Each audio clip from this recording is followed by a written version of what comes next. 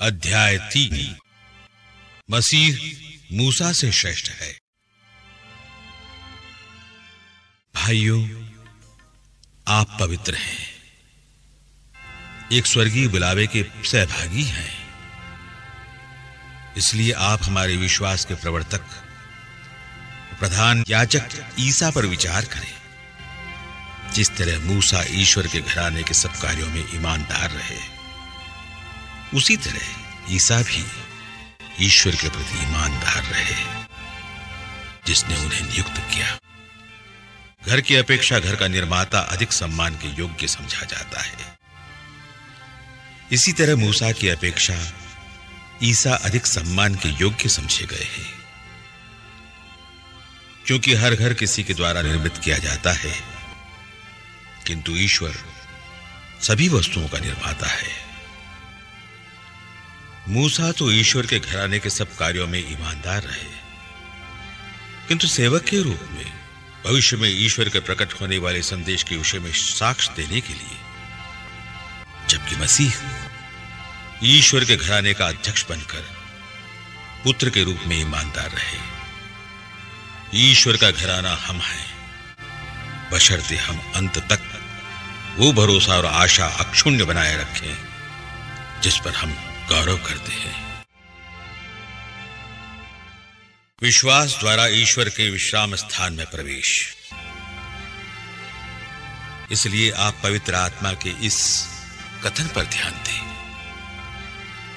ओह, यदि तुम आज उसकी यह वाणी सुनो, अपना हृदय कठोर न कर लो,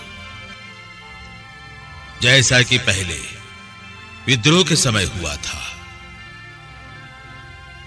उस दिन तुम्हारे पूर्वजों ने मरुभूमि में मुझे चुनौती दी और मेरी परीक्षा ली। यद्यपि उन्होंने 40 वर्षों तक मेरे कार्य देखे थे, इसलिए मैं उस पीढ़ी पर अप्रसन्न हो गया और मैंने कहा, उनका हृदय भटकता रहा, वे मेरे मार्ग जानना नहीं चाहती। मैंने क्रुद्ध होकर यह शपथ खाई, वे मेरे विश्राम स्थान में प्रवेश नहीं करेंगे। भाइयों, आप सावधान रहे। आप लोगों में किसी के मन में इतनी बुराई और अविश्वास न हो जो जीवंत ईश्वर से विमुख हो जाए। जब तक वो आज बना रहता है, आप लोग प्रतिदिन एक दूसरे को प्रोत्साहन देते जाएं, जिससे कोई भी पाप के फंदे में पड़कर कठोर न बने। हम तो मसीह के भागीदार बन गए हैं, बशर्ते अपना प्रारंभिक विश्वास अंत तक अक्षुण्ण बनाए रखें। धर्म ग्रंथ कहता है, ओह, यदि तुम आज उसकी यह वाणी सुनो, अपना हृदय कठोर न कर लो, जैसा कि पहले विद्रोह के समय हुआ था। जिन लोगों ने वाणी सुनकर विद्रोह किया, वे कौन थे? निश्चय वे सब लोग जो मूसा के नेतृत्व में मिस्र देश से निकल कर आए थे। ईश्वर 40 वर्षों तक किन लोगों पर अप्रसन्न रहा? निश्चय ही उन लोगों पर जिन्होंने पाप किया था और जो मरुभूमि में ढेर हो गए।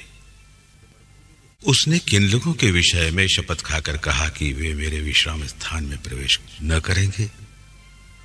निश्चय ही उनके विषय में जिन्होंने विश्वास करना अस्वीकार किया।